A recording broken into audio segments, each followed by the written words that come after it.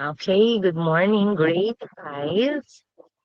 Good morning. So for our lesson, this for today is writing an invitation letter. And since we have our English 5 MDL class. So the day today is October 14, 2025.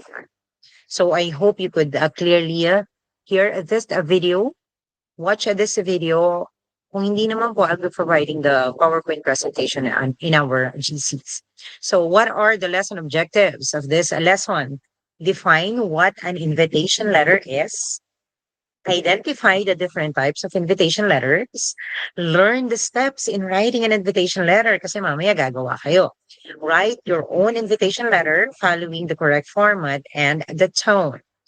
So, what is an invitation letter?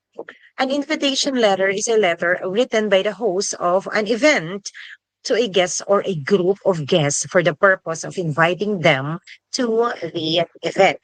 Halimbawa po, ako yung magbe-birthday and I'll be inviting you to attend my birthday. So I am the host, you are the guest. So ako yung magsusulat ng letter. Ano po? Invitation letters are mostly written in a formal tone, but may also be slightly informal depending on the relationship with the guest. Yes, mostly po pag sa invitation letter, formal talaga siya. Pero if you are too close to those people that you want to invite, minsan nagagawa na natin slightly informal naman po. Especially if the event is not that too formal. Halimbawa po pajama party yan. Hindi naman siya ganun ka formal talaga. So you could do it slightly informal, your invitation letter. Ano po? So the examples of this are the wedding ceremonies, the inaugurations, business meetings, company functions, cultural festivals. Okay? You already know this wedding ceremonies. I know some of you have attended already the wedding ceremonies, inaugurations. Halimbawa po, may bagong building na tinayo sa Maric and it will be inaugurated. Okay, we will be the Maric will be inviting different people from local government unit. Halimbawa po si Mayor Kit Nieto, the councilors, the vice mayors. Okay? Even the priest, kasi to inaugurate that building. So that is an inauguration. Cultural festivals. Right. Recently, our school had received an invitation from the Cainta Tourism for us to participate any of their event for the Sumbintik Festivals kasi malapit na nga po ang Sumbintik Festivals, 'di ba, December 1.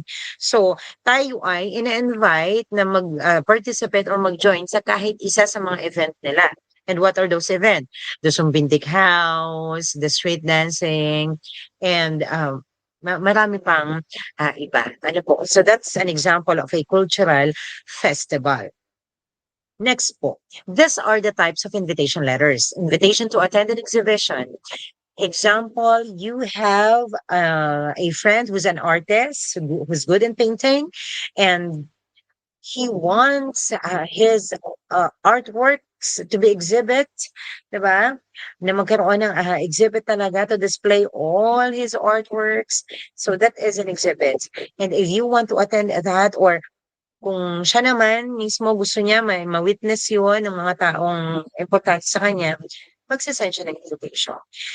Invitation letters are very important kasi for the comfort natin po ng ine-invite natin. Kasi sometimes if we will just do the invitation verbally, "Uy, attend ka sa ganito ko. Uy, attend ka sa ganyan. Birthday ko, attend ka."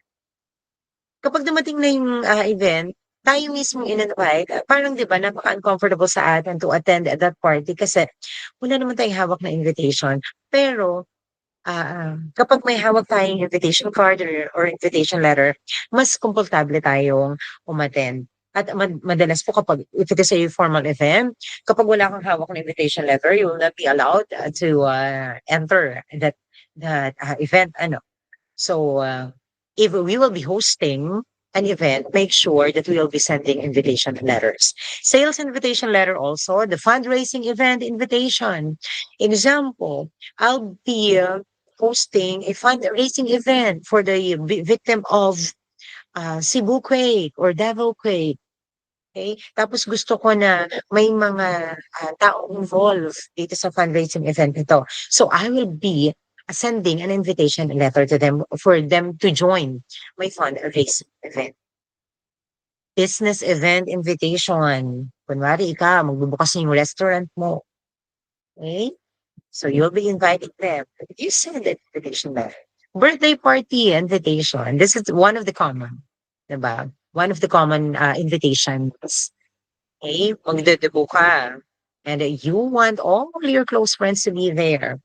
Okay? Even your relatives. So, di ba, naglalagay tayo doon. Okay, nagsisend tayo ng mga invitation sa kanila. Okay?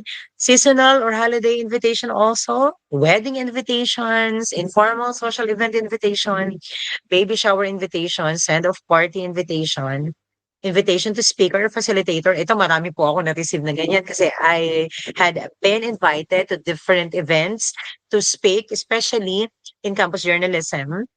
Okay, so napakarami ko pong letter of invitation coming from different schools. Okay, send-off party, ano naman po, kunwari po, may isang teacher na lilipat na sa ibang school. So, send-off party yung tawag doon. Okay, so pwede din tayong pwedeng gumawa ng invitation letter to witness that send-off party. Po, invitation to join an organization. Halimbawa sa Maric, we have the English Club and you are the president of that English club. So, and you want your organization, okay, na maging malaki. So, you'll be sending an invitation letters to those students who are interested. Okay? So, those are the examples of invitation letters, pero marami pa po yan. But ang tanong, how to do it? What are the steps in writing an invitation letter? Siyempre, begin with a polite greeting. Good day in the name of public service. Okay? Have a blessed day. Basta kailangan polite, magalang. Okay, ang panimula natin. Pangalawa, clearly state the purpose of the invitation. Huwag nang masyadong magpaligoy-ligoy pa. You clearly state the purpose of the invitation, why are you inviting these people, and include the important details. Kasi baka mawala yung mga guests natin, diba?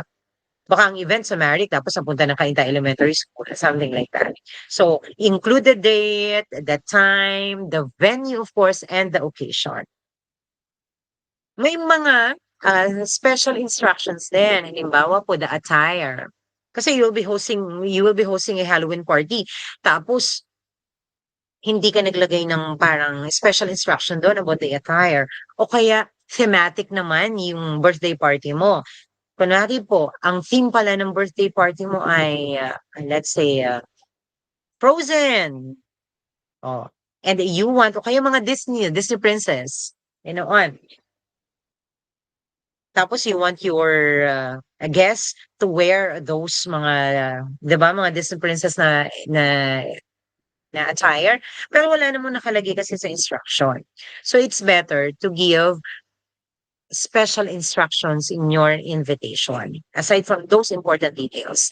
At syempre, you have to end it with a warm closing with your name or the organizations. Is an example of an invitation letter, very short example of an invitation letter. Dear Mr. Cruz, we are pleased to invite you to Grade 5 recognition ceremony, which will be held on March 15, 2025 at 8 a.m. at Maric Elementary School's auditorium. We would be honored by your presence to celebrate the achievements of our pupils. Sincerely, the Grade 5 teachers. So, sino yung ini-invite? Who's the host? The Grade 5 teachers. Who's invited? Si Mr. Cruz. Okay, what is the event? Recognition ceremony of grade 5. When? March 15, 2025. Yung March din, kailangan malaking titik. Ano po? Okay, saan? Maric Elementary School. Okay. Since this is a formal event, expected na yung guest will be wearing a formal attire naman po. Okay? Kaya, tsaka it is an school event. It is expected na formal yung suot ng mga invited. Okay? So for your activity today, you have to write your own invitation letter on a short bond paper. Ngayon, kung wala pong bond paper, you could write it in your notebook na lamang po. Okay? Ano yung event? You will be inviting your classmates to your birthday party. So bahala ka kung thematic birthday party yan. Okay? It is your own, let's say, creativity. Kung anong klaseng birthday party yan. Basta ang importante, you have to write your invitation letter. Use the steps that we discussed, okay, and follow the proper format. Okay po? And after you do your invitation letter, answer the following questions in your notebook. What is an invitation letter and why it is important? What are the important details that must be included? What did you learn from writing your own invitation letter? Okay po. So, pwede nyo pong balik-balikan, ang balik-balikan itong video na to, even the PPT that I'll be providing sa ating mga GCs para po maging mas malinaw sa atin kung ano nga ba ang or kung papaano nga ba ang pagsulat ng invitation letter. Okay? So, with that, okay,